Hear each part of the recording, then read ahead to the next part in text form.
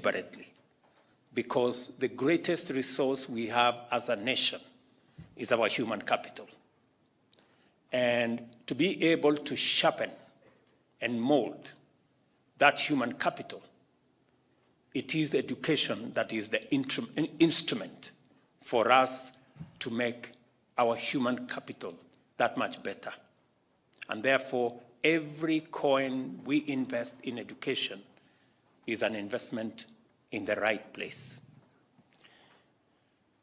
I did commit that we will continuously look at how education can evolve with the realities of our times and the requirements of our industry.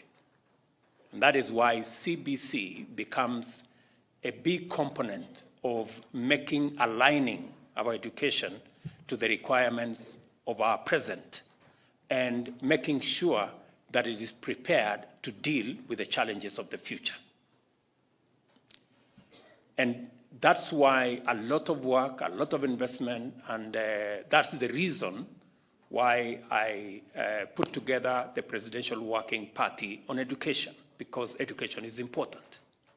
We cannot afford to play hide and seek or guesswork with our education. It is the reason we have hired the largest cohort of teachers ever in the history of our country this year. It is the reason we will do it again next year.